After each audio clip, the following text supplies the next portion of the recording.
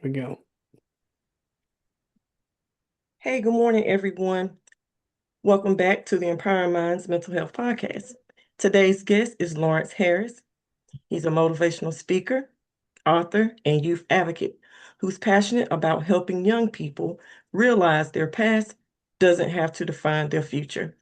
Welcome. Thank you. It's great to be here. Thank you for coming on.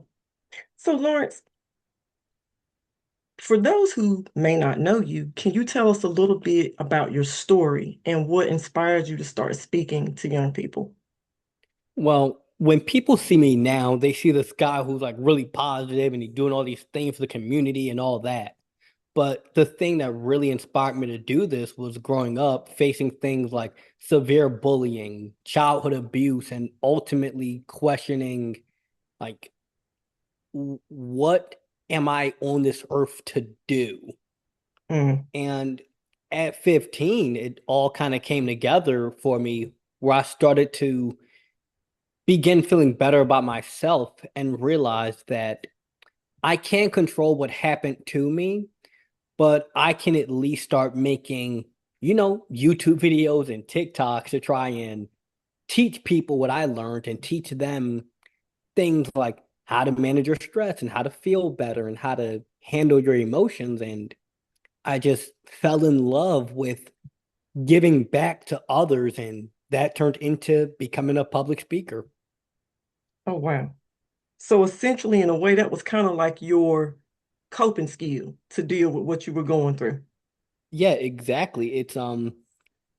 It's really easy for all of our thoughts to bottle up in our head and make us think that it's all our fault and all these things. We make up a whole story.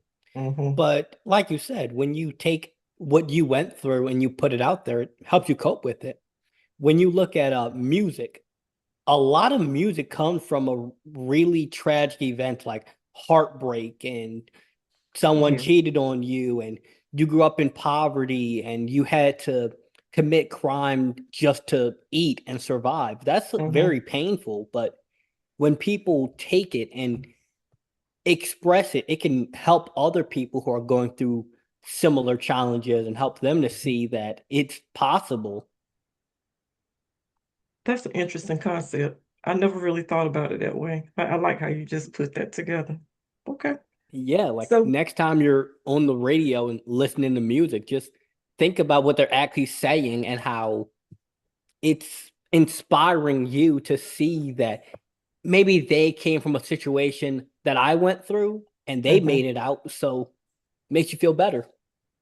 Yeah, there is such thing as resilience. So that's Yeah. interesting. I really like that. So, speaking of students, you often remind students that their past doesn't have to determine their future.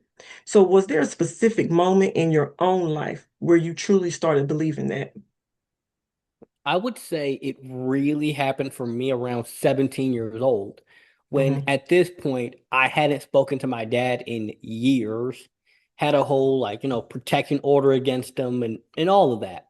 Hmm. So I started to reflect on the fact that, okay, if I continue to bottle up all this anger and all this valid emotions from when I was 12, because, it's like, I had the oldest sibling. It wasn't just this anger about how he was treating me, but it was also how you're treating my brothers and sisters. Hmm. If I continue to walk around with all this anger and this like pain, there will come a day when I'm 35 years old and I'll still be angry about it.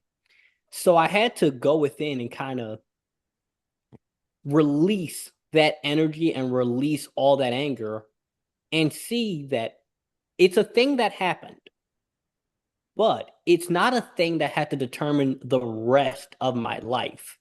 Hmm. An example that I often use when I'm speaking at schools and organizations is, have you ever like stubbed your toe or stepped on a Lego or broke a bone or something? And a couple people they'll say, yeah, I fell off my bike and broke my arm. Is your arm still broken? No. Okay, so a thing happened. It sucked. It was really bad. But just because something happened months or years ago, when you do the work to heal it, when you do the work to address the problem in a healthy way, it Mm-hmm. doesn't have to define the rest of your life. Yeah, the scar will always be there. Yeah, you might not be the same as you were before, Mm-hmm. but you're not broken. Oh, wow. I wish I had someone around 16, 17 years old to tell me what you just said because I'm 49 now. And when I released those feelings of like hurt, just different things I went through, that was healing for me. But by that time, I was probably 44, 45 years old. So I had all of that built up, Yeah, I was basically. thinking about that earlier actually, how Yeah. if okay, so imagine this, right? Because when I say this, I'm aware that a lot of people they go through really tragic things. Mm-hmm. Like there's a lot of people who maybe as a child, people may have touched them inappropriately. Mm-hmm. So you can't just forgive that. You can't just move past that. That's not something easy to do. Right. So of course, that's where people can get things like therapy and counseling and whatever kind of support. Mm-hmm. But the point I'm about to get at is let's say you're walking around with anger and hatred towards somebody who wronged you in some way, like your boyfriend from 15 years ago cheated on you. Mm-hmm. Imagine if they came to you today and they said, I'm deeply sorry, and they gave you a full apology. Like they got on their hands and knees, apologized, cried, all of it.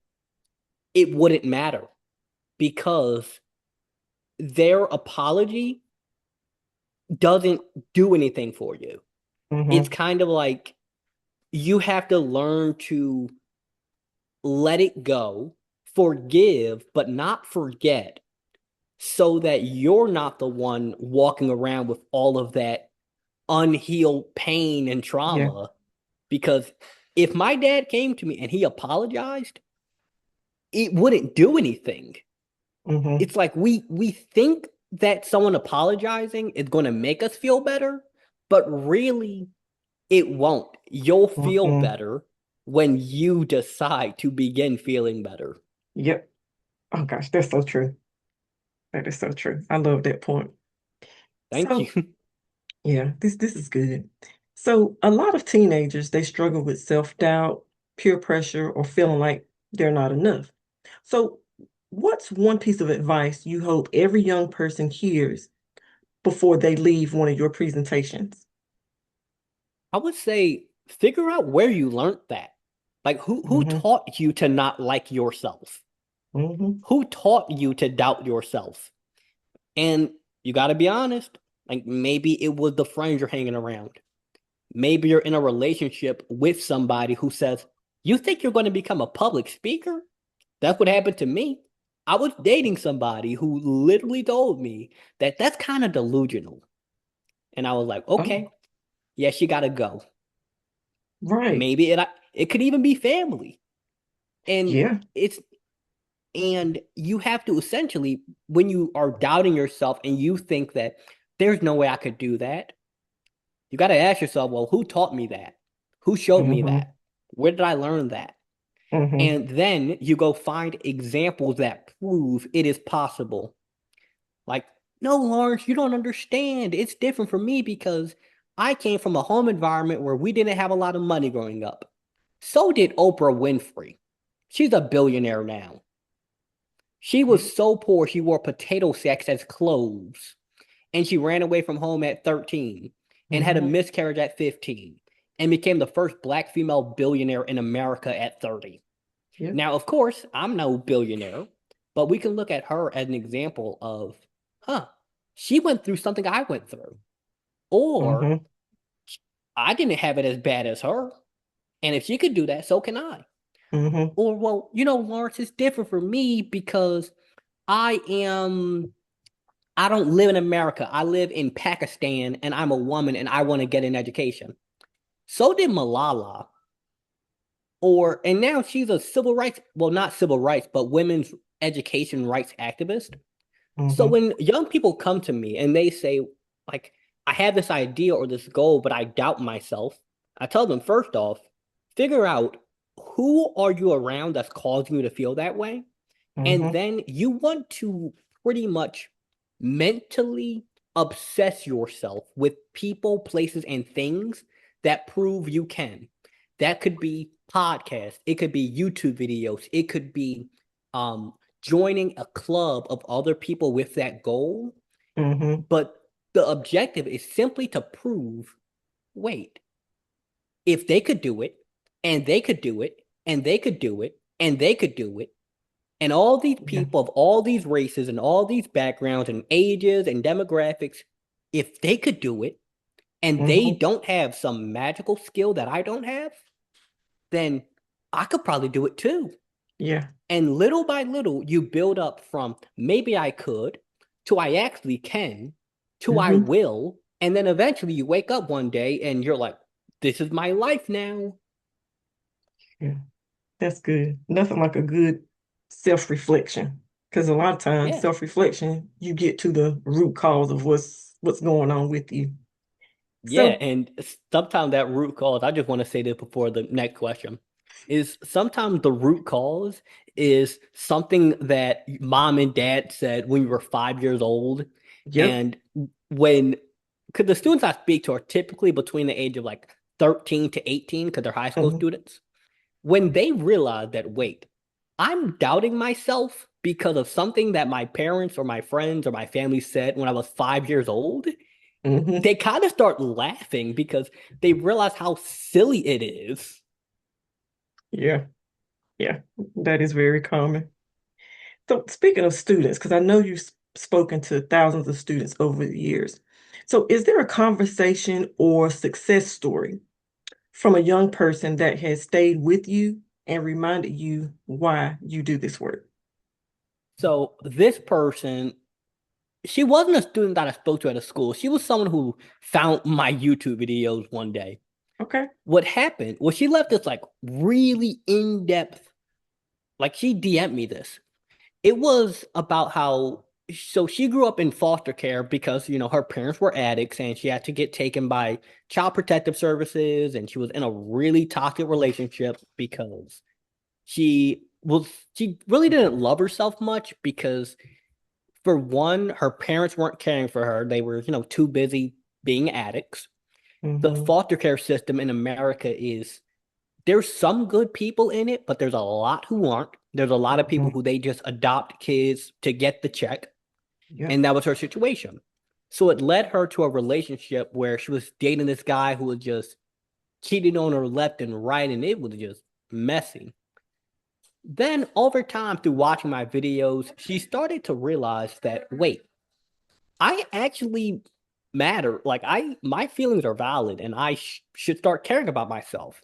Mm-hmm. So she starts journaling, changed up her habits, finding healthier friendships, got out that toxic relationship. Now she's dating somebody who's really good for her. She's off in Mm-hmm. college. She's doing great things now. Uh, Another person that like has stuck out to me was someone who came up to me afterwards and started crying. It was he was like 60 years old. He was a Oh, wow. Vietnam War vet.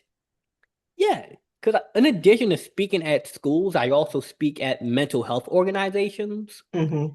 And I was talking about how journaling and self-care practices and all these things can help people to navigate life. Yeah. This guy came up and he starts crying because he realized that, yeah, we didn't go through the same things, obviously, but this could work for him. And Mm-hmm.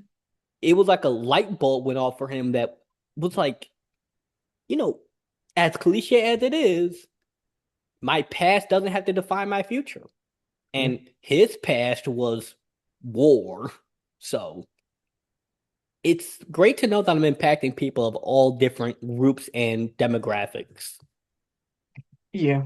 I was about to say that makes me feel good too, because sometimes I feel like, I don't think anybody's really listening. And then I'll get one of those messages and I'm like, somebody is listening. I made an impact. It just makes you feel good when someone reaches out to you with those kind of messages.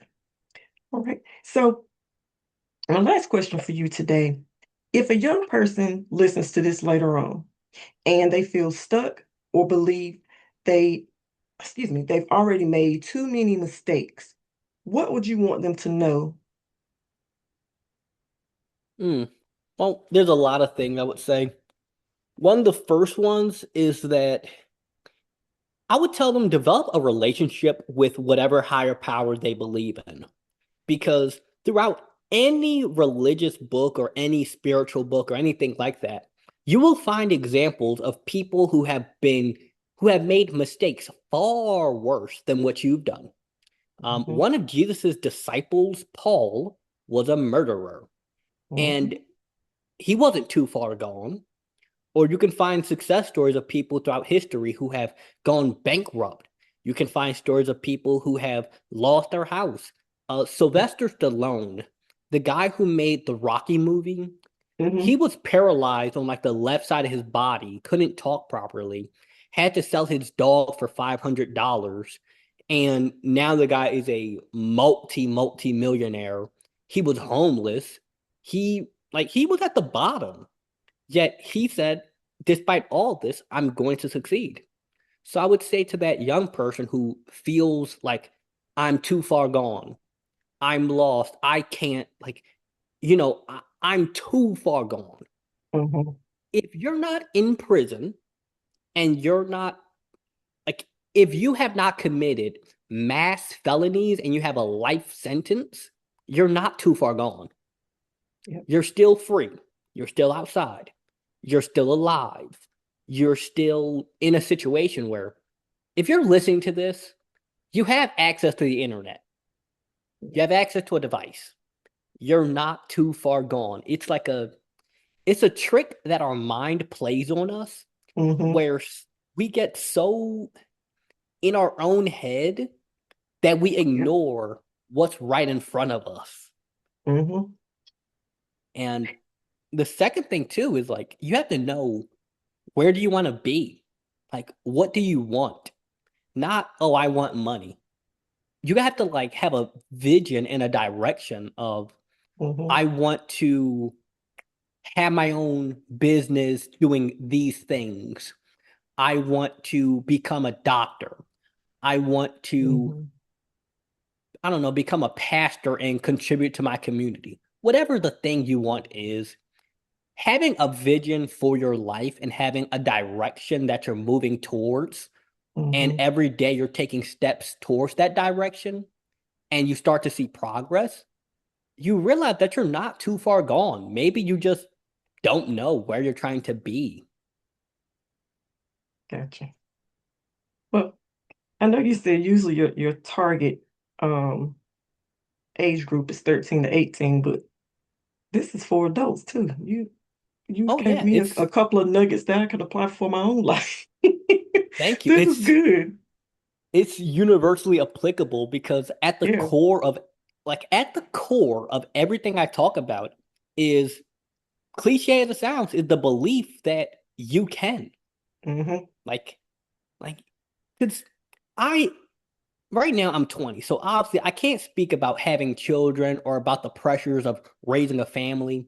But what I can say from what I've observed is that if you have enough will for it, you can find a way. Like Yeah. maybe that could be, and I know how tiring this would feel, but if let's say you have to go work from 8 a.m. to 5 p.m., take care of the kids, do all of that, and at the end of the day, you got to take classes, like night classes on your Mm-hmm. laptop, that's what you might have to do. Mm-hmm. It ain't easy, but it's what would have to be done. Mm-hmm. And if you're a high school student listening to that statement, you can substitute it with, I have to go to school, then I have to do football practice, then I have to do my homework, and then I have to get behind this laptop and study online graphic design so that I can, run my own business or something. Mm-hmm. So, and then too is the fact that when we get so focused on what's right in front of us, and the number in our bank account and my college degree is or is not this. I did or did not get a high school diploma. Mm-hmm. I grew up in this environment. I live in this place. When we get so wrapped up in that, we forget that, okay, but what can I do? Mm-hmm. And when you focus on what you can do instead of what you can't do, you Yeah. realize that you you really are the person who's going to change your life Mm-hmm. if you believe that you can and you do the work associated with it, even when you can't see the next step. Yeah. That's good. I like that. Well, Yeah. Lawrence, you are very inspirational. And so before we end, I don't know if you've published any books or anything like that, Oh, I but if have. you want, you have, Lawrence, Yeah. please fill us in. I want you to share where people can get your books from, your contact information. You never know. Someone may want you to come for a speaking engagement. So I would Oh, love for I you to do. share that information. I actually, funny you say that. I just got my passport renewed. So, like, anywhere in the world, I got the updated passport. So, like, yeah. Uh, you know what? Atlanta, Georgia would be fun to visit. But yeah. So, far as my books and stuff like that, I have books on, let's say you want to change the way you believe, your actions, and your feelings. Hmm. That book is called Think Different, Feel Different, Live Different. It's on my website, lawrencecharris.com. Now, if you're somebody listening to this and you're like, well, Lawrence, maybe me, as in the person listening to this, or my teenager is struggling with their mental health, I have a book where I go into full detail about what worked for me, my own Hmm. experiences, my own journey, and what I found to be effective. Obviously, and I put this disclaimer in the book, I am not a mental health professional. So everything in Hmm. that book is based on my lived experience, what I found works, and what I found to be effective. It's not clinical advice. It is not a substitute for therapy. I just have to put that out there legally. Right. That book's also on my website. I also have a journal, like it's a ebook of 111 journal prompts. So I got a little bit of everything for whatever a person is looking for. Now, if you happen to be looking for a speaker for your high school, youth organization, or mental health organizations, my email is lawrence@lawrencecharris.com. You can also contact me for podcast bookings. Okay. Now, as far as all my social medias, that's Lawrence C. Empowers on YouTube, TikTok, and Instagram. Okay. I love that. Thank you. So, Lawrence, I want to thank you for coming on.